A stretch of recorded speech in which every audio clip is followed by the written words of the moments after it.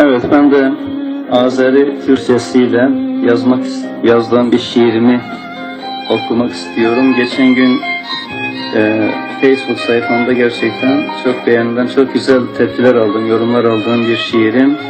Bu şiirimi özellikle şu anda bizleri dinleyen Azerbaycan'dan Sayın Vidadi Adamlı'ya, Zeynep Aşıvanlı hanımefendiye, Rüstem Aliyev, Melahat Penahova, Dağıstan'dan Meta Ahmetova, yine Azerbaycan'dan Şakir, Han Hüseyinli, Hatın Gemkar, Nusret Gümbetliye ve Ramiz Gusarçaylı'ya gelsin diyorum. Azerbaycan şiirimi okuyacağım. Azerbaycan. Göy, kırmızı, yaşıl, üç renkli bayrak. Kanlarla sulanan müqəddəs torpaq, Azerbaycan diyen daldaki yarpaq, hayat verip yaşadarmış qancanı, Allah koru güzel Azerbaycanı.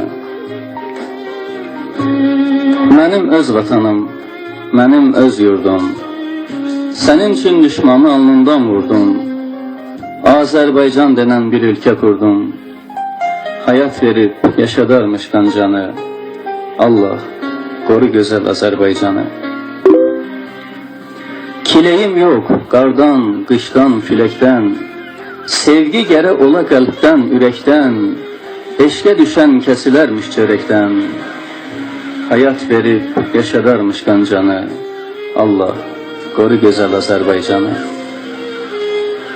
Azerbaycan daim haktan yanadır, Azerbaycan yaşıl başlı sonadır, Azerbaycan elə bil ki anadır, hayat verip yaşadarmış qancanı, Allah koru güzel Azerbaycanı.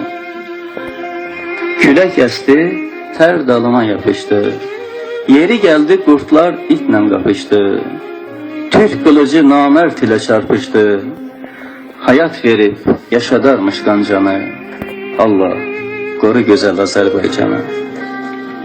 Bəs vaxt bitecek bu həsrət, çile, anamın gözünde yaş gilə-gilə, mən necə sus deyim danışam dilə, hayat verip yaşadarmış qancanı, Allah koru güzel Azerbaycanı.